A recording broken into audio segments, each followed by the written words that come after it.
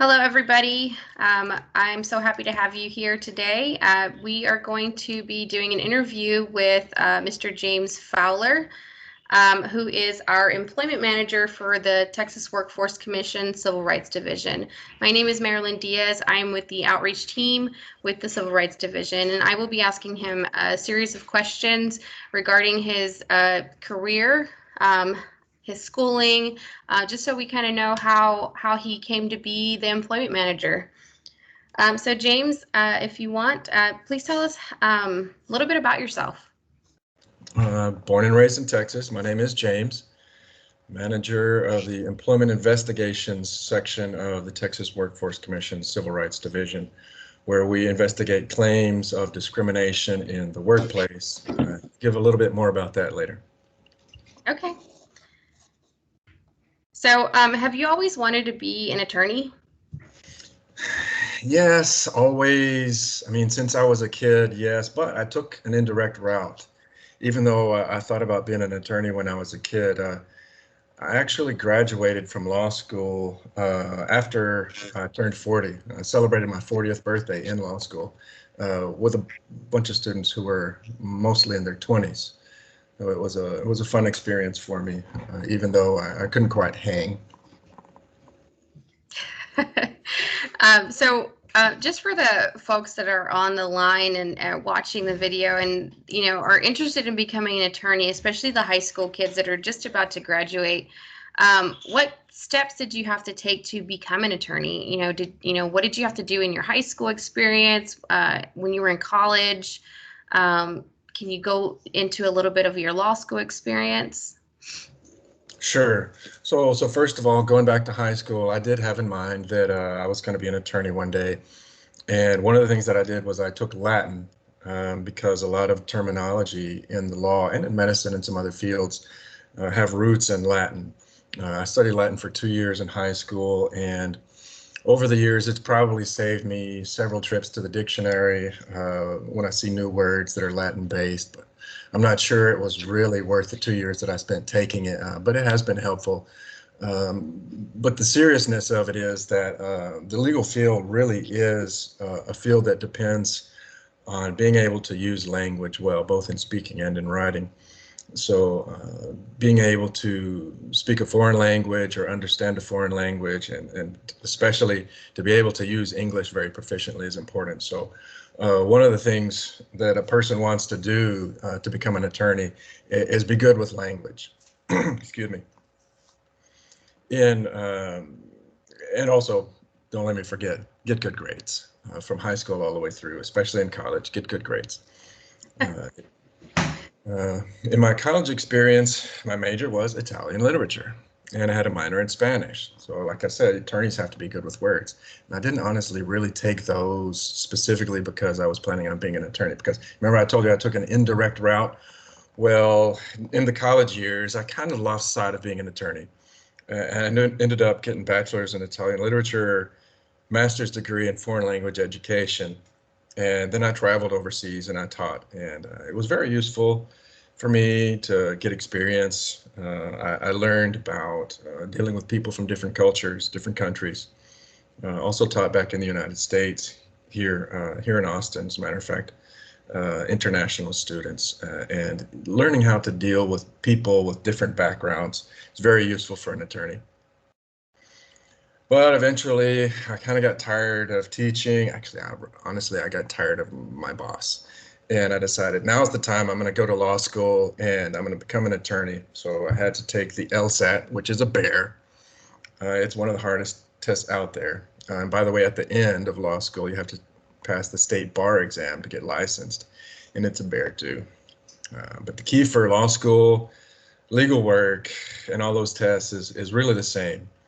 You have to be prepared so you can be confident, so you can do your best without stress. A lot of people in law school were stressed out. And the same is true for legal professionals. Attorneys are infamous for becoming addicted to alcohol and even drugs because it can be stressful. So it's important to be able to handle pressure without getting so stressed out that it's unhealthy. And that can lead to unhealthy habits and lifestyle. Okay, great. So I'm going to go off course a little bit now that you were talking about the stress of things, just to kind of get everybody an idea. What type of what advice do you give to any of the students that are wanting to become an attorney to cope with those stresses? Number one, first and foremost, is don't wait until you feel stressed out to start doing anything about it, because prevention is way better than cure. So that means exercising regularly, even though you have a busy schedule, and eating well, even though you have a busy schedule, and sleeping enough, even though you have a busy schedule, and taking time to take a break and do the things that you love to do that are not stressful. And one of my big things when in law school was, and all my peers in law school knew about it, if we would meet for a happy hour or anything like that on the weekends or after class, or even just go to get breakfast tacos in a break between classes, my rule was, when we're outside of class and we're off the law school campus, we're not talking about law school, because it can consume your life. And I try to do the same with work these days. When I'm out of work and I'm with my family or friends, I don't talk about work a lot, because I give myself some break from it, and it helps me to refresh myself. And so those are the keys for me, in my opinion, are not to wait until you get stressed to do something about it, and to do the things that you need to do to take care of your health, both physically and mentally, every day over the long term, including whether it be prayer or meditation or exercise or a combination of all those things. Those are the things that I would say to somebody about dealing with stress. Great, those are great. I think that's really good advice. So you're currently working with the Texas Workforce Commission Civil Rights Division as the employment manager. Why did you choose the Civil Rights Division over any other career choice that you could have taken as an attorney? Well, one reason clearly is because it's good work in that you're doing something to hopefully make society better. I said at the beginning that I'm originally from Texas, and my work in a small way, in my small corner, helps to make Texas better by reducing discrimination in the workplace. But also career-wise, I wanted stability and organization that working for a state agency can provide. So can you tell us a little bit about what the Civil Rights Division does, and maybe highlight what you do as the employment manager? Okay, sure. First of all, the Civil Rights Division is divided into three parts. There's Outreach, Compliance, and Resolution section, and there's the Housing Discrimination Investigation section, and then there's the Employment Discrimination Investigations section, of which I'm manager right now. The Outreach, Compliance, and Resolution does things like this video to do outreach, but also monitors state agencies to ensure that they are complying with the law, and helps parties reach resolution when they have a dispute about discrimination, either in the workplace or in their housing choices. The housing discrimination investigations and employment discrimination investigations both do very similar things, and that is we take complaints regarding discrimination, and then we evaluate them to determine if they're jurisdictional, and then we do what's called an administrative investigation. It's not like CSI where we go and we take fingerprints and we look at videos and all those kinds of things. We receive documents and we receive statements from parties and witnesses, and we evaluate whether there's sufficient evidence to determine if there was more likely than not a violation. And then depending on how we make that determination, then we proceed with either trying again to resolve or with, in some cases, proceeding to court. Okay, great. So I know we talked a little bit about your law school experience and test taking and ways to cope with stress. Is there any other advice you would give to somebody who's wanting to or is thinking about becoming a civil rights attorney or any other branch of attorneys out there? Because there's so many different types of attorneys. What advice do you have for somebody who's thinking about taking this route, especially somebody coming right out of high school who's going into college and is like, I would just want to be an attorney. This is what I want to do. 2 words: be nice. And it sounds like a joke, but it's not. A lot of people become attorneys because they want to be right all the time. They go to court fighting over who's right. But it's more important very many times to be nice than to be right, because at the end of the day, it's really about resolving problems. That's what attorneys get paid for, is to resolve problems. And sometimes that's proving that you're right, but in a lot of cases, disputes arise because there are problems or mistakes on both sides, and you can reach a resolution in that type of situation better if you're nice about it. And secondly, it's a fairly small world among attorneys, and in a lot of professions for that matter, and you tend to run into people maybe from law school or from other previous jobs. For example, my very first day on the job at Texas Workforce Commission Civil Rights Division, I was going through a stack of folders and I saw one of my law school classmates' name as an attorney representing somebody who was filing a complaint with the Civil Rights Division. And I thought, wow, it didn't take very long. I got that same advice too in law school: be nice, because you never know when you're going to run into people. And I looked at that person's name and I thought, oh yeah, I know that guy.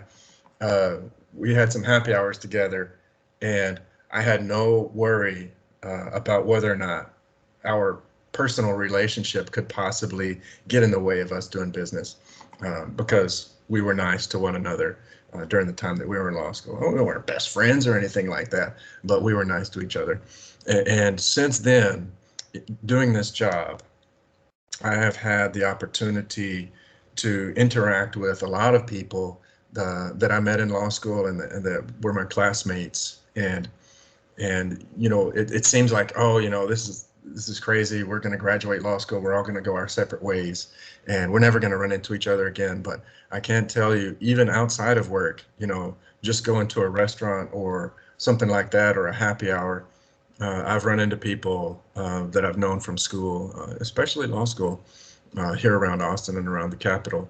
And it's always been me saying, wow, they were right when they told us to be nice, because I keep running into these people, and I'm glad that I didn't have any big problems with any of them. Well, that's really good advice considering today's environment that we're in. It's always good just to be nice to people. Yeah. It's good to build bridges that way. So our last question for today is going to be, what advice would you give somebody who's wanting to work with the Civil Rights Division? What type of education background are they going to need? What type of experience or skills do you think they would need coming in when they're trying to apply for a position with the division? Well, I have been on the hiring group to recruit and hire a couple of people, and I can tell you that we usually look for a bachelor's degree, but we also look for work experience, especially in customer service.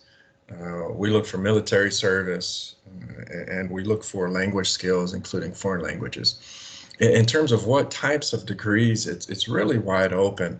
Of course, public service and things like that are very relevant, but generally any kind of bachelor's degree shows that a person is going to have the basic skills to be able to use computers and email and Microsoft Word and Excel and those kinds of things. Any kind of certifications in those office products or machines, like Word, Excel, and so forth. Those are always good.